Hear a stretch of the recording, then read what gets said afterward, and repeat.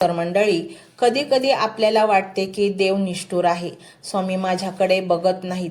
पण तसं नसतं. आई जशी बाळाला चालवायला शिकवते ना, थोडा वेळ त्याचा हात सोडते, जेणेकरून बाळाने स्वतः पायावर उभे राहावं. तसंच स्वामींनी तुमचा काही वेळासाठी हात सोडला होता, फक्त तुम्हाला आत्मनिर्भर बनवण्यासाठी, तुम्हाला जगाची खरी ओळख करून देण्यासाठी. आज तुम्हाला कळतंय की कोण आपलं आहे आणि कोण परक. हा धडा शिकवण्यासाठीच ती वेळ आली होती. पण तुम्ही पडला नाहीत, तुम्ही डगमगला नाहीत, तुम्ही श्रद्धा सोडली नाही. आणि म्हणूनच स्वामी या मंत्र रूपाने तुमच्या समोर आले आहेत, तुम्हाला कडेवर घेण्यासाठी. हा व्हिडिओ पाहताना तुमच्या मनात जे विचार येत आहेत ते स्वामीच तुम्हाला देत आहेत. तुमचे अंतर्मन सांगतंय ना, हो माझ्यासाठीच आहे. या आवाजावर विश्वास ठेवा.